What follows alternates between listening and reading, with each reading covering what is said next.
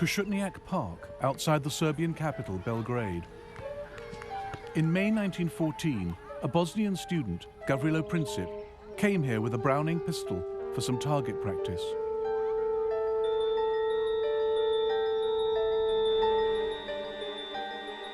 Princip was 19 years old. According to his instructor, he was not a very good shot. Other students were much more confident. Whenever Princip missed the target, people standing around would laugh at him. That would drive him to tears. Out of sight in the forest, he had a chance to get his eye in, shooting at trees. His ultimate goal was far more ambitious. I am an adherent of the radical anarchist idea, which aims at destroying the present system through terrorism. In 1914, Princip's wish was granted.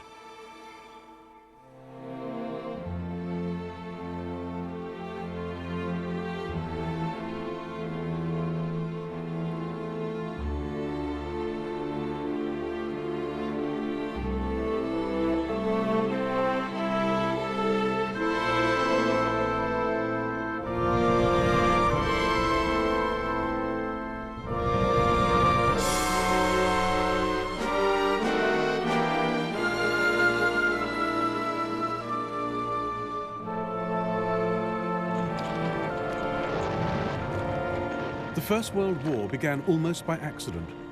It ended just as strangely. In between, it was more destructive than any war had ever been. More British, French and Italian soldiers died in the First World War than died in the Second.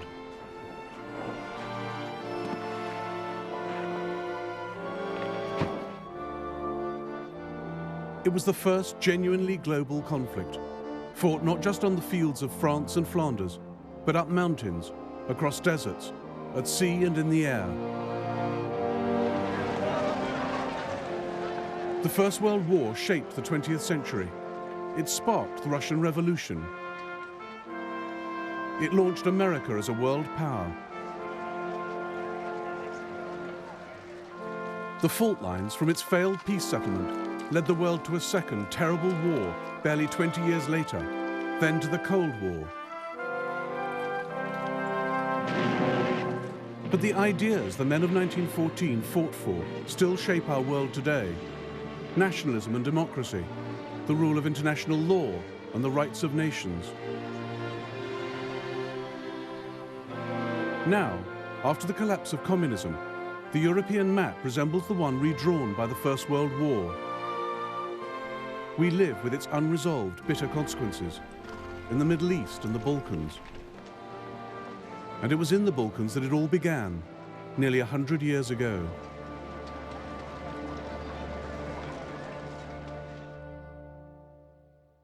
At the start of the 20th century, as at its close, the Balkans were the most unstable part of Europe. Here, three great empires fought for power and influence: the Austro-Hungarian, the Russian, and the Ottoman.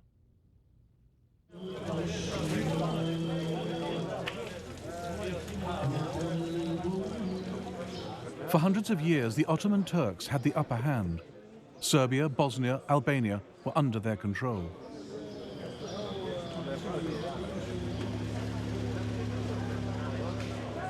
They built over 80 mosques in Serbian Belgrade, but by the 1900s, only this one was left. Serbia had thrown the Turks out and set herself up as an independent Slav kingdom.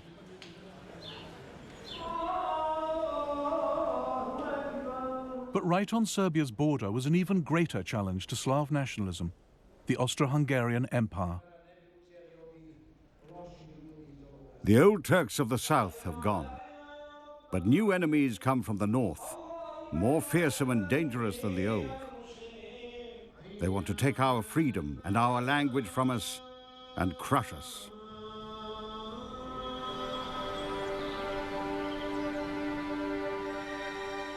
Gavrilo Princip was born in a poor, mountainous part of Bosnia.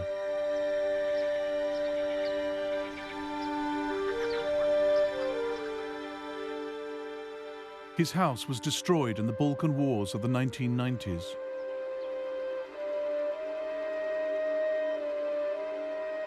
His initials, carved in 1909, are one of the few signs he ever lived here.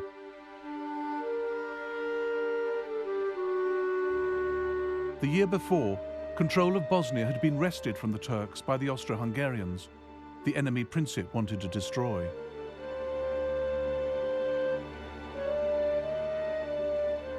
His particular target was the heir to the Austro-Hungarian throne, Franz Ferdinand, member of the ruling family, the Habsburgs.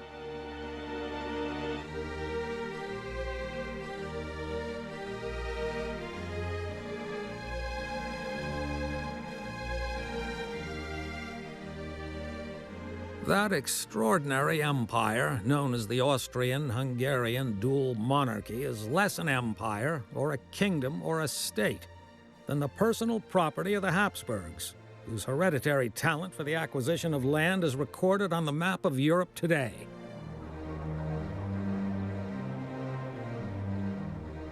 The empire was ruled by Franz Ferdinand's uncle, Franz Joseph. He sat on two thrones, as Emperor of Austria and King of Hungary. By 1914, he'd been in charge for 66 years. He'd spent them trying to resist change of any kind. Hardly ever seen out of military uniform, he hated the idea of political reform. As he told US President Theodore Roosevelt, "You see in me the last European monarch of the old school."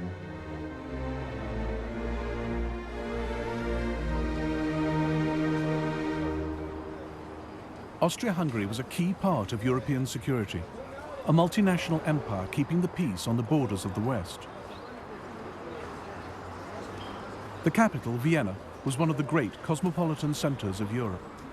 This was the empire that produced Freud and Mahler, Schiller, Kafka and Strauss. It contained at least 10 different nationalities, not just Austrians and Hungarians, but Czechs, Slovaks, Poles, Romanians, Italians, Croats and Bosnians. A guide was prepared by the British Foreign Office to help work out who was who. Teutons, anti-Slav, vigorous and very wooden and hard-headed, shy and suspicious, Manly and close-fisted. patriotic. Very tall, big noses. Slovaks, ignorant but artistic. Ruthenes, savage and ignorant, but Czechs, musical. energetic, forceful, intensely... But it was also an empire in a state of constant crisis. Poles, all for Polish independence. Bosnian Serbs, pro-Yugoslav. Italians, anti-Austrian. In all the empire, only the Hungarians and Austrians had any real power, and the Hungarians refused to share it with the rest.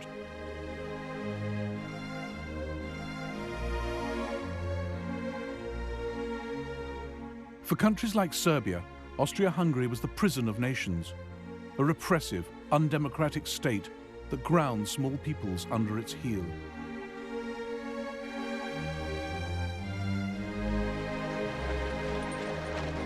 In 1905, there were nationalist demonstrations in Vienna.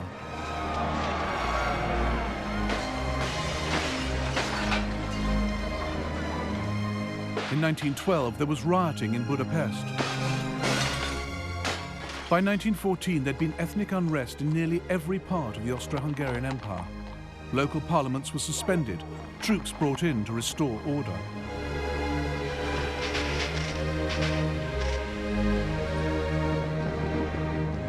Austria-Hungary's domestic problems gave opportunities to her enemies.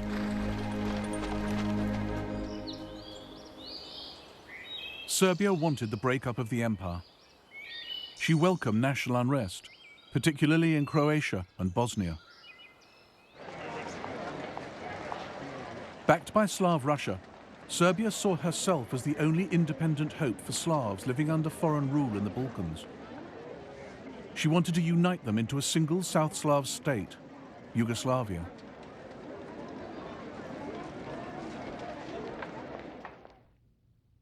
Dragutin Dimitrievich was an officer in the Serbian army.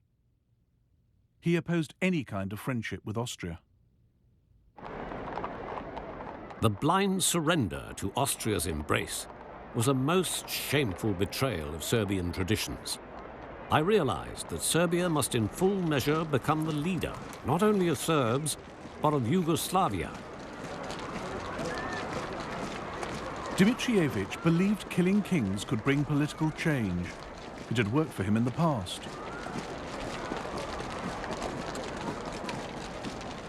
In 1903, he led a palace revolution, killing the old king of Serbia, who was too close to Austria for the army's liking, and installing a new one. The crowds expressed enormous joy. They stuck flowers and leaves in their caps. Windows were decorated with banners, flowers, garlands. Belgrade was celebrating. The rest of the world was horrified at Serbia's bloody coup. Serbia was treated like a rogue state, a nest of revolutionaries, one foreign minister complained. Only 2 countries sent ambassadors to King Peter's coronation: Russia, Serbia's greatest ally, and Austria, her greatest enemy.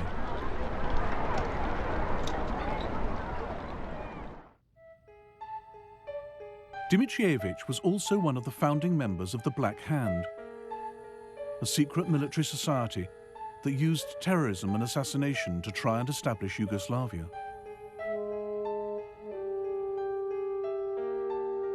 He is said to have sent men to murder Austro-Hungarian military leaders and cabinet ministers. He allegedly tried to kill Emperor Franz Joseph. One saw him nowhere, yet one knew that he was doing everything.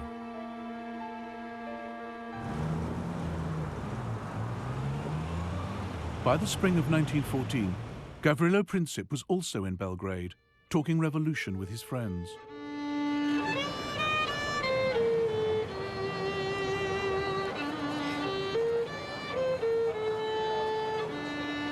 Then the young Bosnians heard that Archduke Franz Ferdinand would visit Sarajevo in June. Here was their chance to match deeds to words. Luckily for them, their plans reached the ears of Dimitrievich and the Black Hand.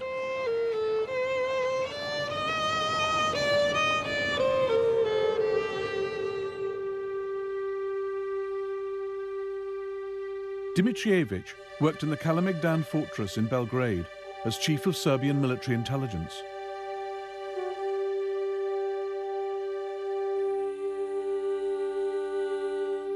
In the spring of 1914, Major Voja Tankasic, also in the Black Hand, walked into his office with a question. I've got some Bosnian youths pestering me. These kids want to pull off some great deed at any cost. They've heard that Franz Ferdinand is coming to Bosnia and have begged me to let them go there. What do you say?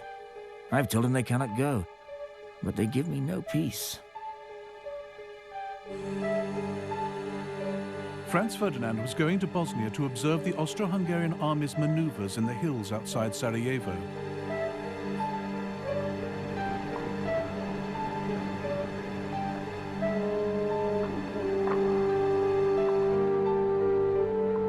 As intelligence chief, Dimitrievich feared these maneuvers were a smokescreen, that what Franz Ferdinand really planned was an invasion of Serbia.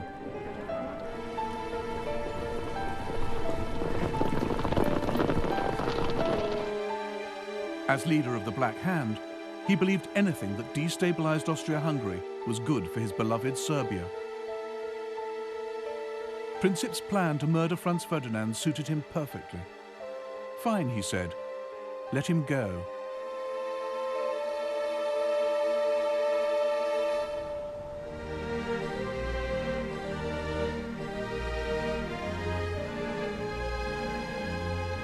Unlike Gavrilo Princip, Archduke Franz Ferdinand was an excellent shot. One of his castles, Konopisht, in what is now the Czech Republic, is full of the evidence. By the age of 50, he'd shot 5,000 stags, as well as 200,000 other animals, all carefully numbered. Anyone who disturbed the Archduke's peace at Konopisht by trespassing on his land, as unsuspecting trippers sometimes did on Sundays, had to reckon with being shouted at by an irascible and almost apoplectic proprietor, who threatened to shoot anyone who dared set foot in his grounds a second time. By 1914, Franz Ferdinand was emperor in waiting. Everyone knew it couldn't be long before his uncle died. Even the official portrait was ready, Franz Ferdinand with the stars and sash only the emperor could wear. He had no time for the etiquette and convention that hemmed in the Vienna court. He defied his uncle by marrying Sophie Hotek, who was not of royal blood.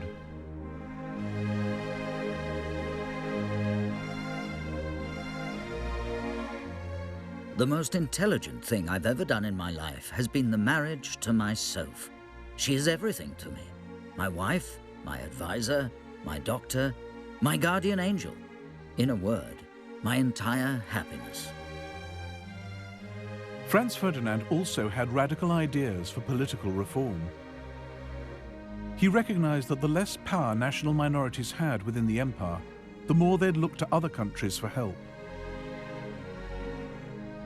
The old system allowed ethnic Germans and Hungarians to dominate the government. It was a system that couldn't last.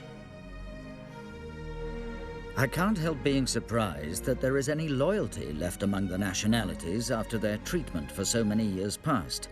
I must have them with me. This is the only salvation for the future. In 1914, the German emperor came to stay with Franz Ferdinand at Konopischt.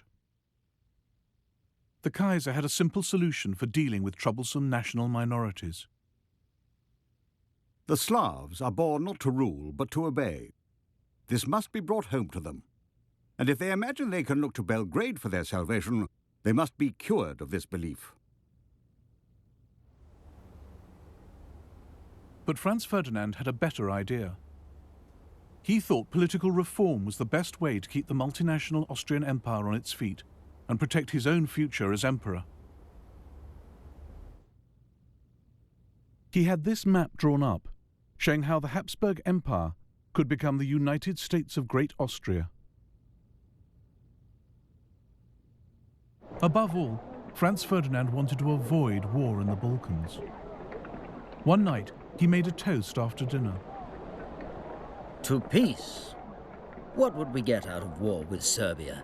We'd lose the lives of young men, and we'd spend money better used elsewhere. And what would we gain, for heaven's sake? A few plum trees, some pastures full of goat droppings, and a bunch of rebellious killers. Gavrilo Princip crossed the border from Serbia into Austria-Hungary here at the Drina River. He paddled out to Isakovic Island, where there was a Serbian guard post. The soldiers helped him wade ashore into Bosnia.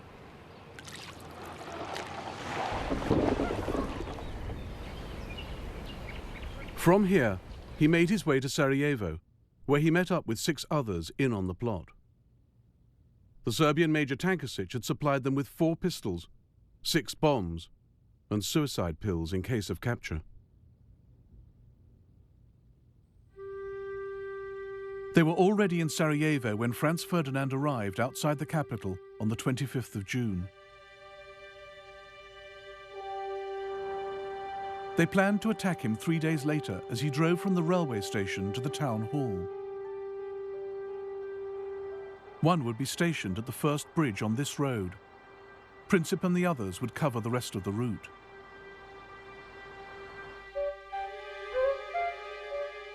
Franz Ferdinand chose the date of his visit badly.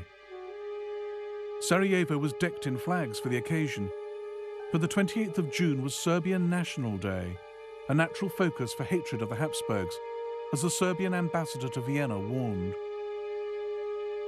This will cause much discontent. Some young Serb might put a live round rather than a blank in his gun and fire it. Therefore, it might be good if Archduke Franz Ferdinand were not to go to Sarajevo. But the Austrians laughed off the ambassador's fears. On the morning of the 28th of June, Franz Ferdinand and Sophie arrived by train in Sarajevo. Despite the warnings, security was light. No soldiers lined the streets, just a handful of policemen.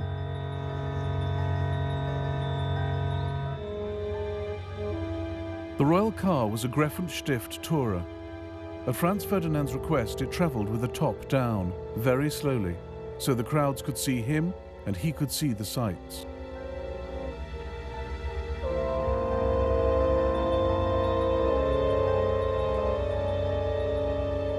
As the procession passed the first bridge, the conspirator there threw his bomb. Sitting opposite the royal couple was Oscar Potiorek.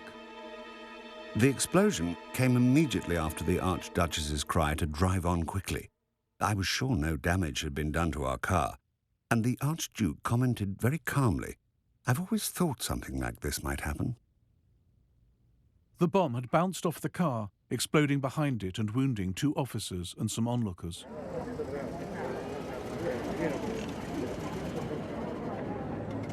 Franz Ferdinand stopped to ask after the casualties before hurrying on to the town hall.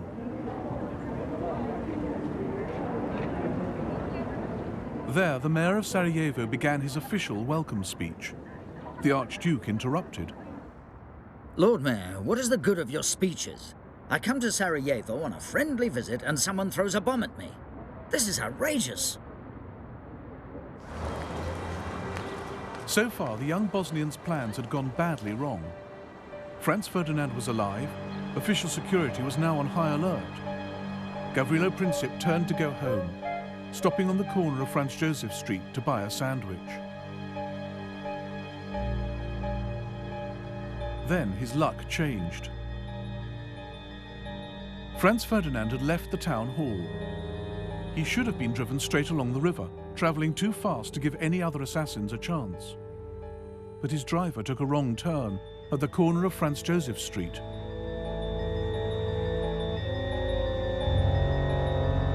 As the royal car tried to reverse onto the main road, Princip came face to face with his target. At that moment, I heard the crack of a pistol shot, followed swiftly by another, and saw in the same split second a man standing right in front of me being thrown to the ground by the people around him, and the shining sabre of a security guard descending on him. A thin stream of blood spurted from His Highness's mouth onto my right cheek. The Duchess cried out, "In heaven's name, what has happened to you?"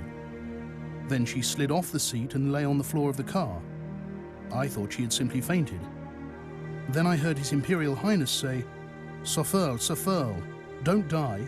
Stay alive for the children." I asked him if he was in great pain. He answered me quite distinctly, "It's nothing." Franz Ferdinand and Sophie died on the way to hospital.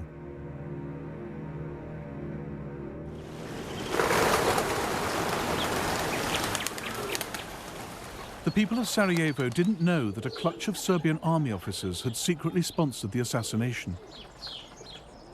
But they made the same leap the world did, that Serbia had as good as pulled the trigger herself. The pro-Austrian element in the crowd went wild. The excitement of the moment turned into fury against everyone and everything Serbian. Serbian shops, schools and churches were smashed and looted. The streets choked with furniture, clothes, bicycles, books, even icons and crosses, twisted and befouled, lying in heaps in the gutters.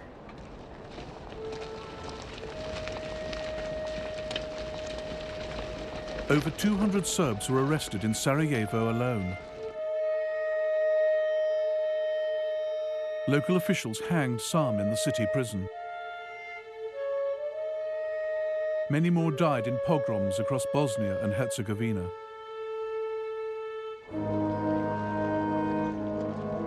The funeral of Franz Ferdinand and Sophie was held in Vienna on the 4th of July. Oscar Potiorek had already written to the Foreign Ministry, calling for Austria-Hungary to take revenge against Serbia.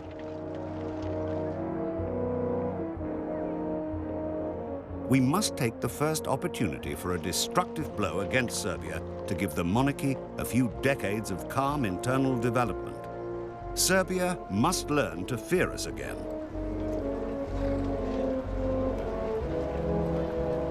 Austro-Hungarian Chief of Staff Konrad von Hertzendorf agreed.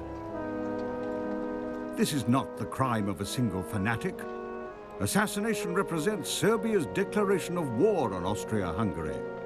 If we miss this occasion, the monarchy would be exposed to new explosions of ethnic unrest. Austria-Hungary must wage war for political reasons.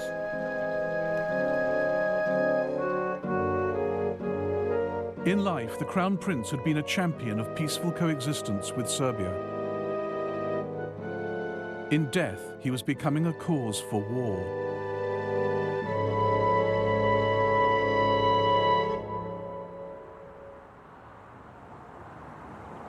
The murder of Franz Ferdinand did not immediately set Europe alight. International tensions in early July remained low.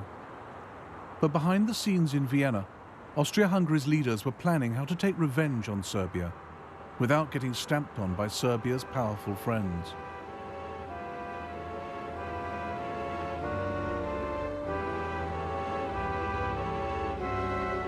Even before the assassination, Army Chief of Staff Konrad von Hötzendorf had pressed for war against Serbia no fewer than 20 times. Now he made his case again. I expressed to His Majesty my opinion that war with Serbia was unavoidable. That is entirely correct, said His Majesty. But how are you going to wage war if everyone, in particular Russia, is going to attack us? We have backing from Germany, I replied. His Majesty gave me a searching look and said, "Can you be certain of that?" This was the moment when what could have been just another war in the Balkans began to turn into the First World War. Austro-Hungarian Emperor Franz Joseph now asked the German Kaiser for support. On the 6th of July, he got just the answer he wanted. The German government is of the opinion that we must decide what is to be done. Whatever we decide, we may always be certain that we will find Germany at our side, a faithful ally and friend of our monarchy.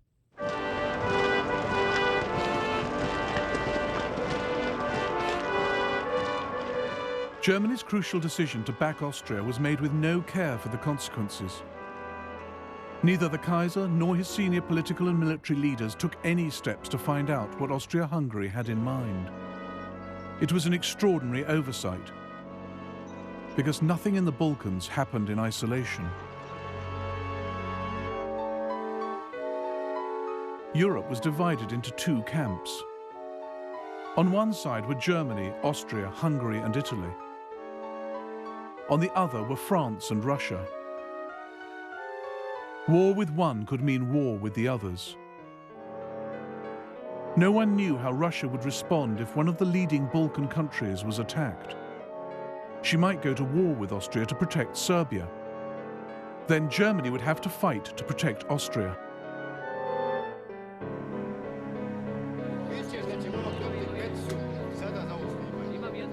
The Germans thought the Russians might stay out of it. The German ambassador in St. Petersburg insisted Russia couldn't risk war for fear of internal revolution. The German foreign minister decided Austria would quietly settle with Serbia. The German chancellor, Bethmann Hollweg, was almost as confident. The crime of Sarajevo was reprehensible, but politically it would have the positive result of making Russia thoroughly disgusted with the Serbs.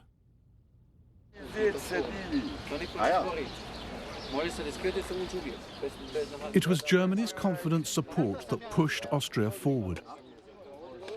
But far from plunging the world into war in 1914 out of aggression, Germany was just nudging it closer out of incompetence and wishful thinking. The Kaiser was so sure no war was brewing that he went on holiday.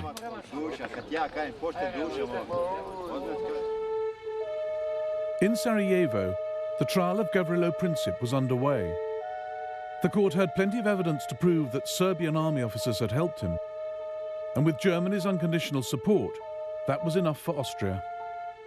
She sentenced Princip to 20 years in jail, where he died in 1918. She sent Serbia an ultimatum.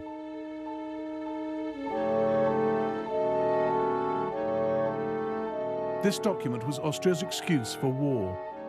It was filled with demands so extreme and insulting that Serbia could never accept them. But just in case they did, the Austrian ambassador in Belgrade was ordered to reject any reply as unacceptable. He delivered the ultimatum at 6 p.m. on the 23rd of July, 1914. Slavka Mihailovich was a Belgrade doctor. The news of the ultimatum spread quickly, and soon there was a real alert. Streets and bars were crowded with anxious people. Everybody wondered what answer our government would give, whether a new war would be avoided.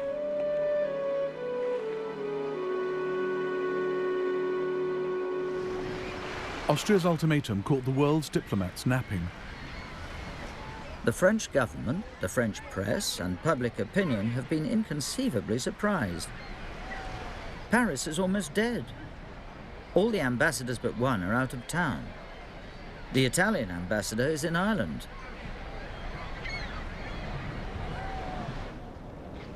The Kaiser was on his yacht in Norway when the text of the Austrian ultimatum arrived. The Kaiser arrived on deck as usual after breakfast and said to me, I was still holding the wireless message, "That's a pretty strong note for once in a while." "It certainly is," I replied, "but it means war." Whereupon the Kaiser observed that Serbia would never risk a war. She might not have risked it on her own. But on the 24th of July, the Serbian regent, Prince Alexander, telegrammed Russia for help. In St. Petersburg, the Russian foreign minister spoke frankly to the British ambassador. Austria would not have acted so aggressively without the consent of Germany. I hope the British government would declare itself on the side of France and Russia without delay. Russia was convinced that Germany was warmongering. On the 26th of July, she called up her reserves. This was the second key stage of the crisis, as Britain's Foreign Secretary Edward Grey warned on the 28th. From the moment the dispute ceases to be one between Austria-Hungary and Serbia and becomes one in which another great power is involved, it cannot but end in the greatest catastrophe that has ever befallen the continent of Europe. Austria-Hungary declared war on Serbia that same day. The first shots of the war were fired from here, the Austrian fortress of Zemun, just across the river from Belgrade. In the dead of night, Major Voja Tankasic had the Black Hand blow the only railway bridge. Windows shattered to smithereens, and broken glass covered the floor. Patients started screaming. Then there was another explosion, and another one. So it was true. The war had begun.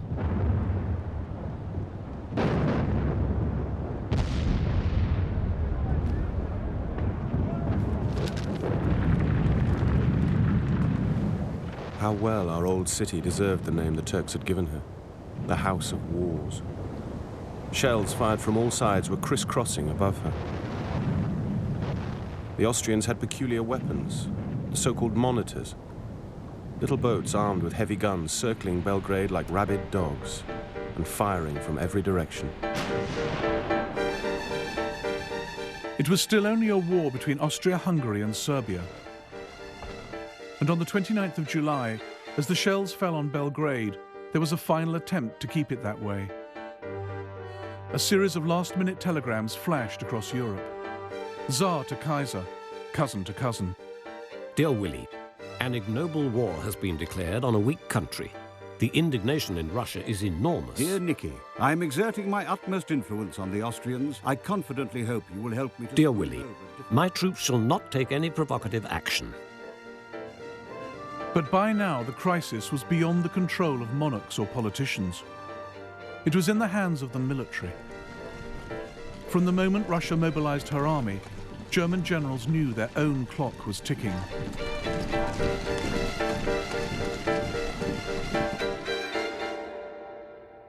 The alliance between France and Russia meant that Germany faced a war on two fronts. Her only hope was to deal with France in the west before the main Russian armies could invade from the east. That left no time to wait and see. For Germany, Russian mobilization meant war.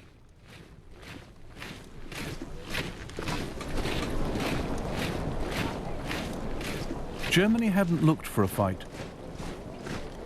Her generals knew a European war would be long and devastating, even for the victors. But if it was going to happen, they thought, better sooner than later. According to all competent observation, Russia will be prepared to fight in a few years. Then she will crush us by the number of her soldiers. Then she will have built her Baltic Sea Fleet and strategic railways. Our side, meanwhile, will have grown steadily weaker. On the 1st of August, Germany declared war on Russia. 2 days later, she declared war on Russia's ally, France.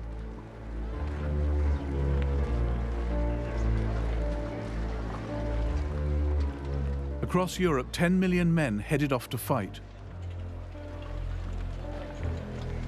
For all the bans and flag waving, many went unwillingly to war. Where are we off to? France? Belgium? Or the East? At the station, people waved goodbye, some with handkerchiefs. I thought of my wife and child left alone at home. In fact, it wasn't so much a thought as a fearful shadow flitting over my soul.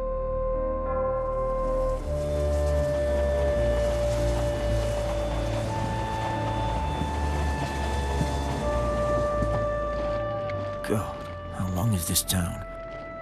My bayonets digging in, my collar strangling me.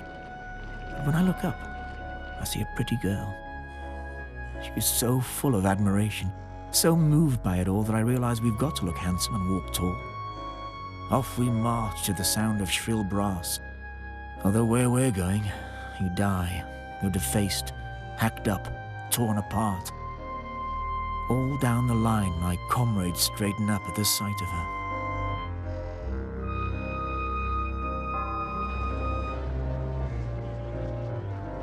There's great excitement among my comrades. The bachelors are calm, they're even joking about it. Family men are depressed. Some are saying we'll get nothing from this war. We'll get beaten by the Germans.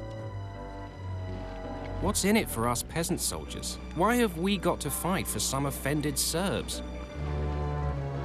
The leaders had little better idea why they were fighting than the men. They had no lists of war aims.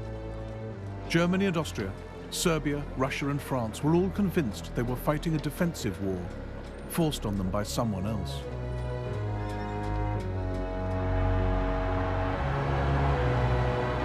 The only great power in Europe still on the sidelines was Britain.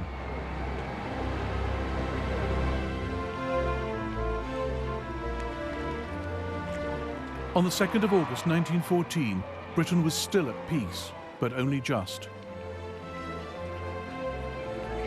We've been in a state of great excitement as the reservists are being called up. All the railways are guarded. Everything points to the Great War, so long expected, being upon us.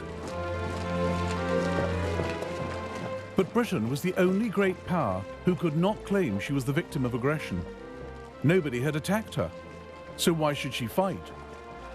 It wasn't really to defend the rights of small nations, at least not Serbia, according to the Manchester Guardian.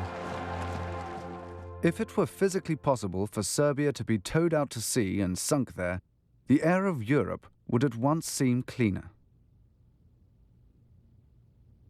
Nor was Britain bound by treaty obligations, as the Foreign Secretary Edward Grey assured Parliament.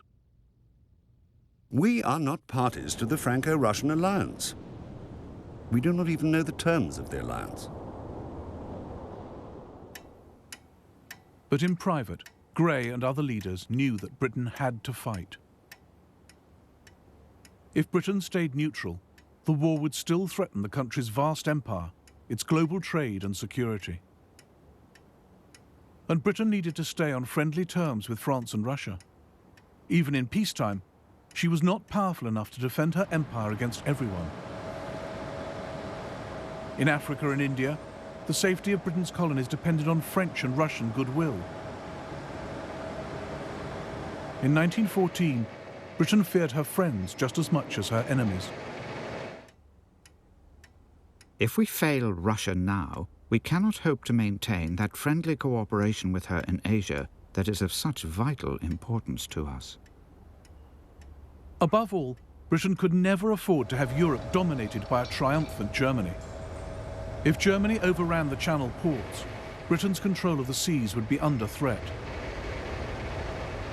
Prime Minister Herbert Asquith took a pragmatic view.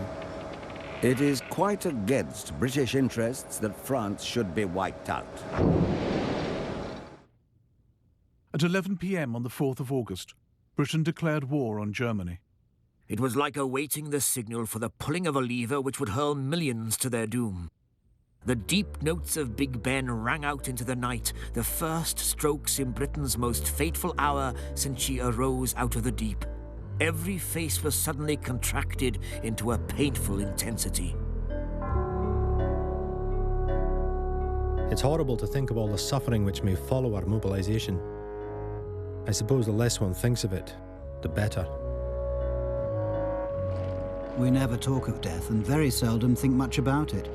It's when everyone is asleep and you are awake that sometimes you look into the future and wonder. The British government had a war book listing all that had to be done in an emergency. The country's leaders knew war would be a long and painful struggle, a slow, grinding process of blockade, of starving the enemy out. But most civilians had no idea what they were getting into. Across Europe, there was a run on the banks. The war couldn't last longer than a year, the French finance minister told a British general, because the money to pay for it would run out.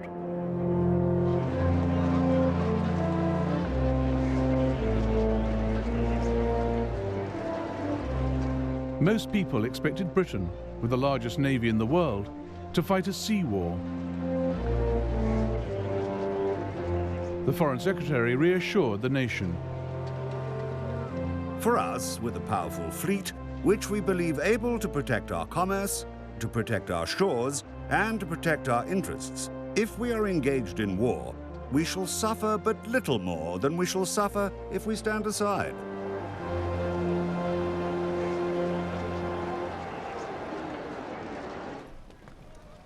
Bert Fielder was a sergeant in the Royal Marines. He reassured his wife. My dear Nell, I don't think this war is going to be half as bad as people expect it to be. You see, it's not a hard job for England, so there's no need to worry yourself. As long as I can keep you informed as to where I am, it'll all be all right. But the weapons with which the world went to war were so new that few had ever been fired in anger. Countries were armed with battleships and submarines less than 10 years old. Nobody really knew how to use them. All the European powers had been stockpiling new artillery, machine guns, explosive shells. But none had fought a major war in Europe for over 40 years.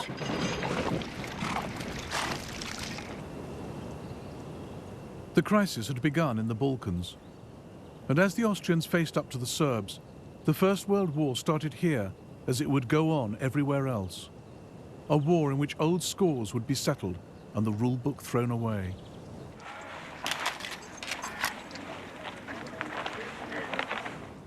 The war is taking us into a country inhabited by a population inspired with fanatical hatred towards ourselves. An attitude of extreme severity, extreme harshness, and extreme distrust is to be observed towards everybody. In some sectors, Serbian civilians did fight a guerrilla war, not in uniform, not in the regular army. It was hard for the Austrians to tell who was a real enemy, who was not. But their reprisals against the Serbian people were vicious.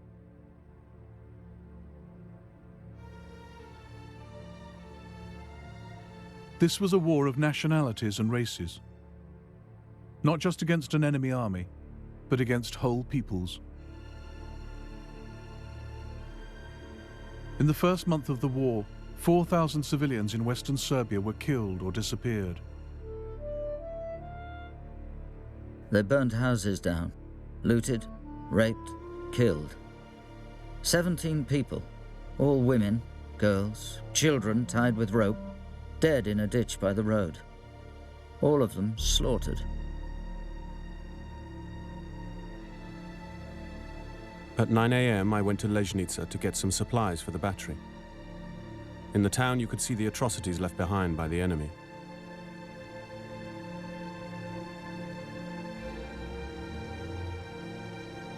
Ten people, some children among them, had been hanged near the church. About 100 people, their throats cut at the railway station. A terrible sight to cast your eyes on.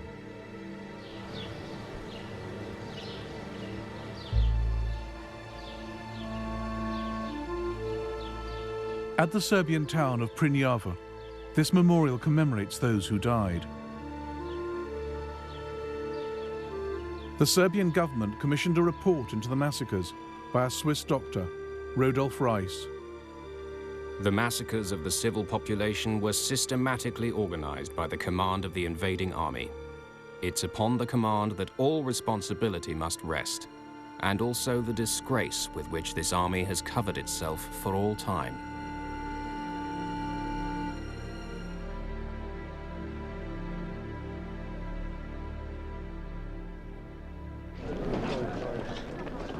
Austria-Hungary was far less ruthless when it came to fighting the Serbian army. That too set a pattern for the war, a foretaste of the military weakness which would dog Austria-Hungary's partnership with Germany. This was a war in which events on one front could have a critical effect on another.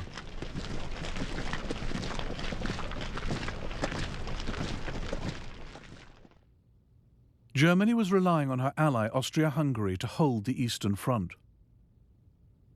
With Russia massing on her borders, Germany was horrified to learn Austria had concentrated her reserves not against Russia, but down in the Balkans to deal with Serbia. Meanwhile, the main Serbian army had marched up from the south of the country, gathering numbers as it went. On the 12th of August, it finally met the Austrians at Ser Mountain.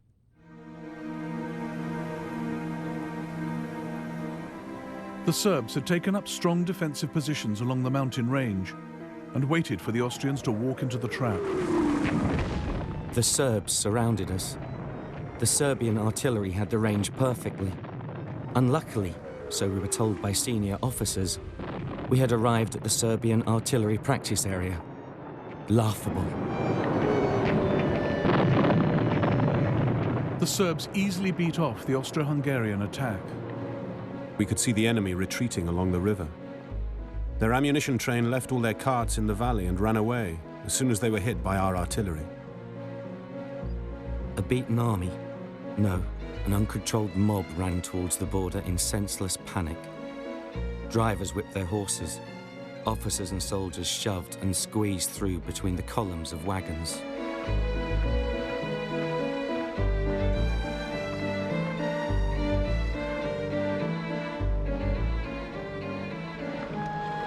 Austro-Hungarian prisoners captured in the first Allied victory of the war. Austria had thought Serbia would be a pushover, swift revenge for the murder of Franz Ferdinand. But Serbia had scattered the Austrian army.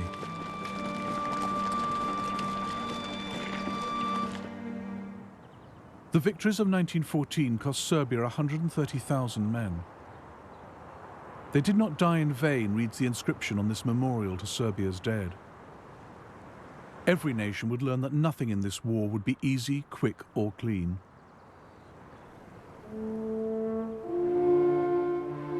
On the Western Front, a French ambulance driver wrote to his son, "Do you ever think of your daddy, walking day and night over ploughed fields and getting very used to shells exploding all over the place?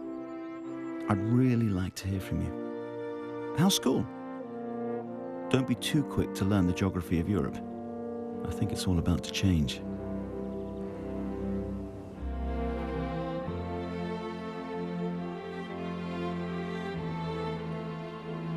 In the next episode of the First World War, German armies roll into Belgium and France, leaving a trail of atrocities. And France, aided by Britain, fights for her life.